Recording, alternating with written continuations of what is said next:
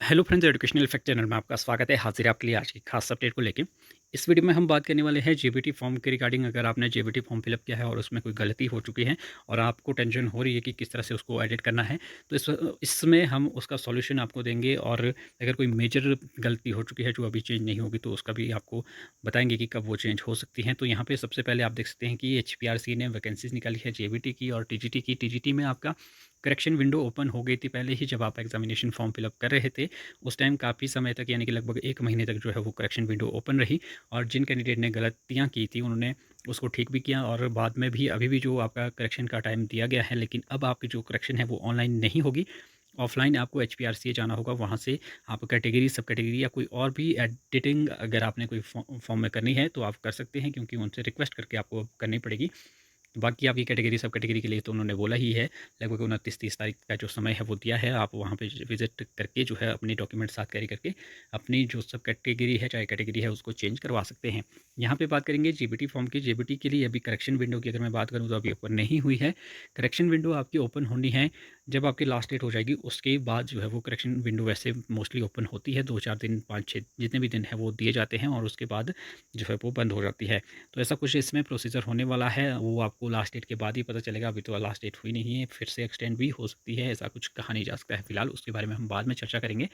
लेकिन अगर आपकी जो आपका वन टाइम रजिस्ट्रेशन होता है, उससे भी आप बहुत सारी चीज़ें जो है वो एडिट कर पाएंगे। जैसे मुझे अभी कमेंट में एक दिख रहा था, उन्होंने ये कहा कि मैंने अपने डॉक्यूमेंट के सीरियल नंबर की जगह रोल नंबर डाल दिया है, रोल नंबर की जगह सीरियल नंबर डाल दिया है, या ऐसी और भी बहुत सारी जो गलतियाँ हैं वो आपकी होगी, लेकिन वो आपकी OTR फॉर्म में जो है वो हुई होगी। तो उसको आप एडिट कर सकते हैं। उसको एडिट करने के लिए आपको क्या करना है कि सिंपली HPRC की वेबसाइट पे जाके लॉगिन आपको कर देना है। इतना प्रोसीजर आपको पता होगा। लॉगिन करने पे यहाँ आपको जो ऊपर 3 लाइन्स नज़र आती है, यहाँ पे आपको जो ये मैनेज प्रोफाइल वाली ऑप्शन है, इस पे जो है वो चले जाना है। इस पे चले जाने के बाद जैसे ही आप इस पे जाते हैं, तो आपके सामने ऑप्शंस जो है वो ओपन हो जाती है, जिसमें आपकी पर्सनल इन्फॉर्मेशन है, कॉन्टैक्ट इन्फॉर्मेशन है, एजुकेशन क्वालिफिकेशन, वर्क एक्सपीरियंस और सारी कुछ चीज़ें जो है वो आपको यहाँ पे नज़र आ जाती है।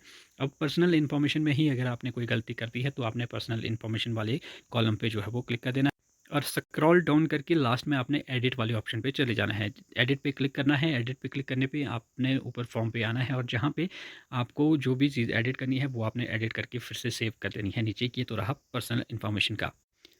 अब अगर आपकी गलती हुई है, आपकी जो भी आपकी क्वालिफ़िकेशन है, डॉक्यूमेंट में जो आपकी डिटेल फ़िलअप की है वो आपकी गलत हुई है, तो उसको आपने क्या करना है कि आपने एजुकेशन क्वालिफ़िकेशन वाले कॉलम में जाके नीचे आपने चले जाना है यहाँ पे। और सबसे पहले यहाँ पे आपने क्या करना है कि अगर बहुत सारी गलतियाँ हैं, तो इसमें आगे जब आप अपने राइट हैंड साइड में इसको स्क्रॉल करेंगे, तो वहाँ पे डिलीट की ऑप्शन आती है कुछ इस तरह से। तो यहाँ पे जो डिलीट वाली ये ऑप्शन है, इस पे आपने क्लिक करना है, और आपने पहले वो क्वालिफिकेशन जो है वो डिलीट कर देनी है, अगर इसमें ज़्यादा ही जो है वो आपको गलती नज़र आ रही है। फिर आपने दोबारा से ऊपर चले जाना है यहाँ पे ऐड क्वालिफिकेशन पे। तो ऐड क्वालिफिकेशन में जाके अपनी जो डिटेल आपने डिलीट की है, चाहे आपकी 10th की है, चाहे ग्रेजुएशन की है, चाहे जो मर्ज़ी है, वो यहाँ से आप ऐड पे जो है वो क्लिक करेंगे यहाँ पे।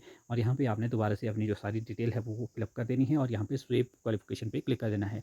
और जैसे ही आप सेव क्वालिफिकेशन पे क्लिक करेंगे, उसके बाद आपका जो ये डॉक्यूमेंट वाला कॉलम है, इस पे आपने क्लिक करना है, और जो आपने डॉक्यूमेंट जिसके रिगार्डिंग आपने अभी जो क्वालिफ़िकेशन या जो भी मर्ज़ी आपने डिटेल फ़िलअप की थी, उसका जो डॉक्यूमेंट है, यानी कि PDF या फिर फ़ोटो, आपने वो अपलोड कर देनी है यहाँ पे।